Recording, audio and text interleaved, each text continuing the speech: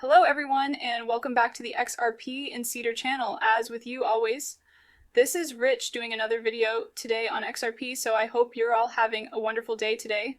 Wherever you are in this great world, we're going to talk about XRP. And once again, this is the one-day chart. We're sitting here at $2.33. Everything was looking great for XRP and Bitcoin as well, but people only see XRP dipping right now, but Bitcoin is dipping also.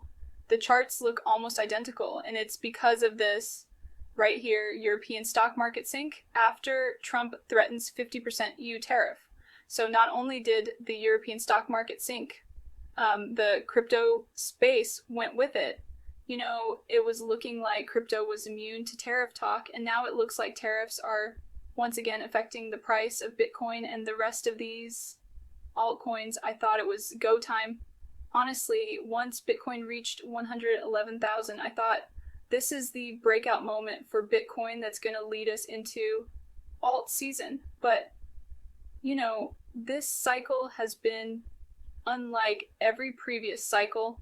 Anybody who thinks they could call this market right now, they are absolutely wrong, because real world events are still playing out in the crypto space.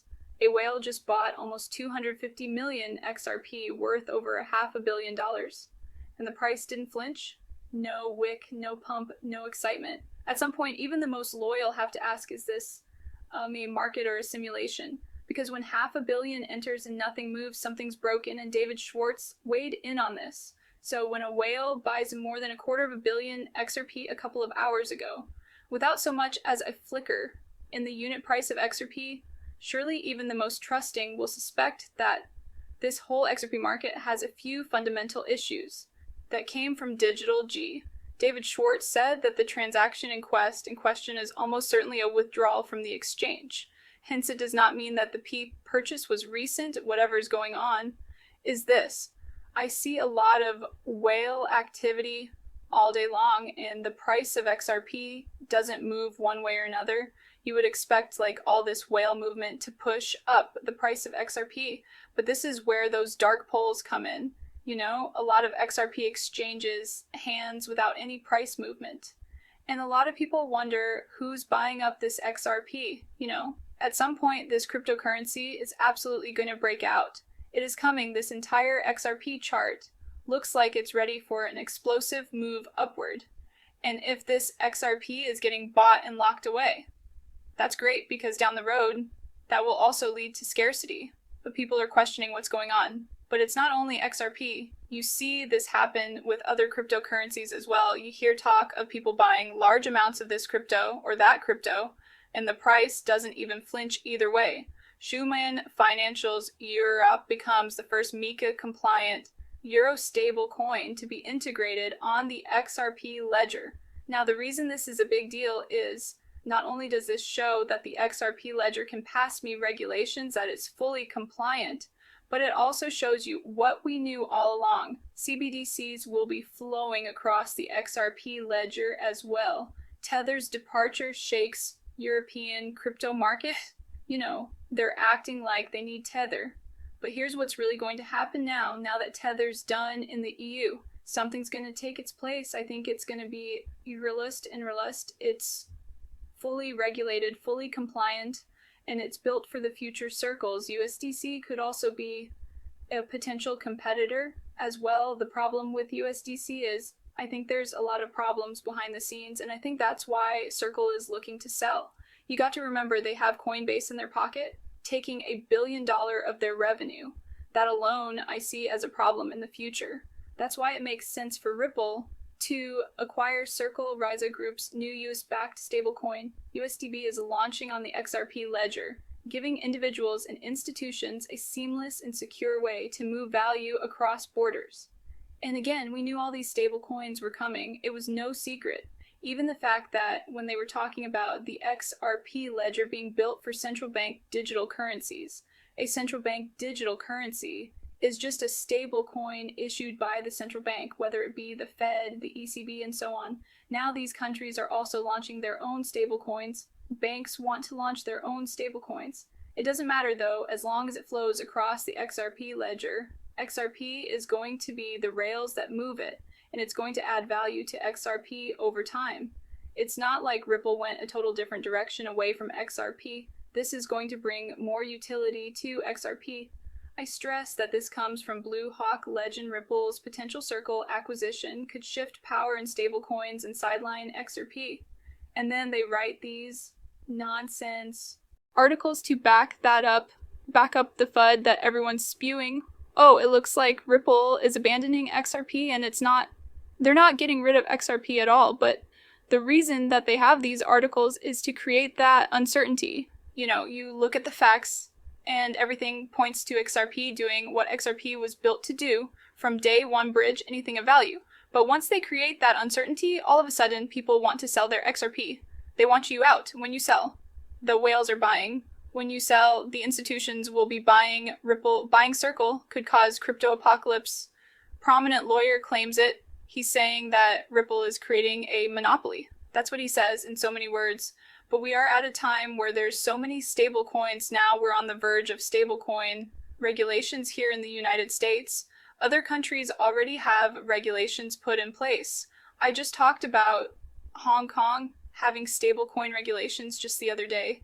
But again, Ripple is not creating a monopoly. It makes sense for Ripple to buy Circle. And that would bring Ripple and Stellar closer together, and which we already figured would happen at some point in the future.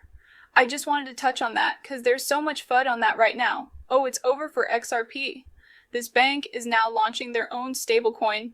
They don't need XRP. Banks need to send those stablecoins across borders. Banks also would like to have a trust layer involved in their transactions. XRP is about to catapult into oblivion.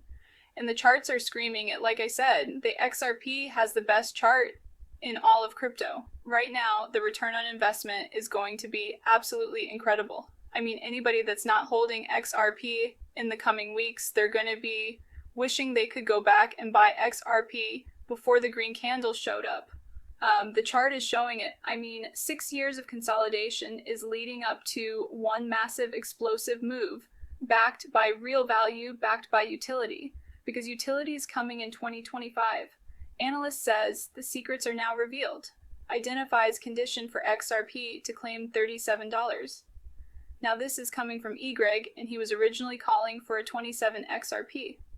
Now he's saying that XRP is more likely to go to 37.